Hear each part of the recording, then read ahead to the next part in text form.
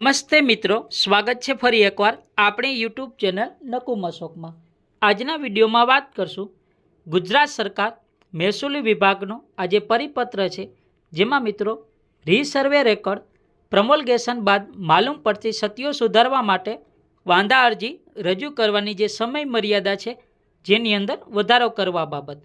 ખાસ મિત્રો જે વાંધા અરજી છે તેવા નારાજ થયેલા ખેડૂતો માટેનો જે વાંધા અરજી કરવાની જે સમય મર્યાદા છે, જેની અંદર વધારો કરીને આ જે સમય મર્યાદા છે તે 31/12/2026 સુધી સમય મર્યાદા છે તે વધારી દેવામાં આવેલી છે। ખાસ મિત્રો આ જે સમય મર્યાદા વધારવાનું કોઈ કારણ હોય તો જેની અંદર જે ખેડૂત મિત્રો છે તે પ્રમોલગેશન બાદ જે ક્ષતિ સુધારવા માટે હેરાનગતિ ન થાય, તેમજ મિત્રો વકીલ ફી ખર્ચ ન થાય તે હેતુથી ખાતેદારો તરફથી રજૂ થતી અરજીઓ માટે નિયત કરેલ જે સમય મર્યાદા છે જે વધારીને 31/12/2026 સુધી લંબાવી દેવામાં આવેલી છે। ખાસ મિત્રો વાત કરીએ તો આ રીસર્વે રેકોર્ડ પ્રમોલગેશન શું છે, જેની અંદર મિત્રો આ રીસર્વે રેકોર્ડ પ્રમોલગેશન છે જે મિત્રો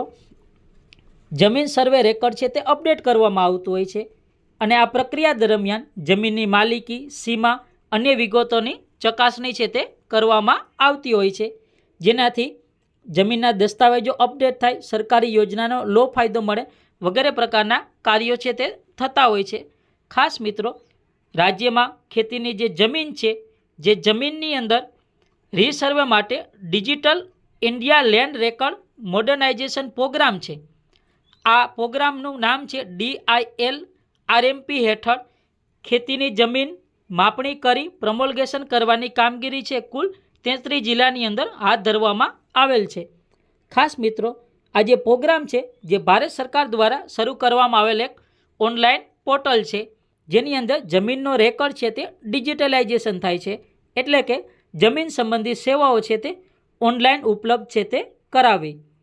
જેમાં મિત્રો આ પ્રમોલગેશન પછી રીસર્વે રેકોર્ડ ખાતેદાર દ્વારા રેકોર્ડની ક્ષતિ સુધારવા રજૂઆત કરવાની હોય છે, અને કાયદાકીય જોગવાઈ હેઠળ પ્રમોલગેશન પછી રેકોર્ડની ક્ષતિઓ સુધારવા માટે નારાજ અરજદાર છે જે જમીન મહેસૂલી અધિનિયમ 203 હેઠળ અપીલ છે તે પણ કરવાની હોય છે। જેમાં મિત્રો આ અપીલ કરવામાં આવે છે, જેની અંદર ખેડૂત મિત્રોને અલગ અલગ પ્રકારની ફી છે તે ચૂકવવાની હોય છે,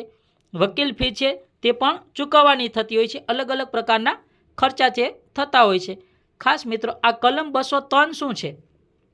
ગુજરાત સરકાર જમીન રેવન્યુ કોડની આ જે કલમ છે જે રીસર્વે રેકોર્ડમાં ભૂલો સુધારવા સંબંધિત છે।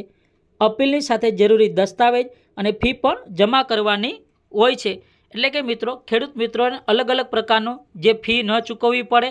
તેમના માટે થઈને આ જે રીસર્વે પછી જે પ્રમોલગેશન બાદ નારાજ થયેલા ખેડૂત મિત્રોને અરજીઓ છે એ સાદી રીતે,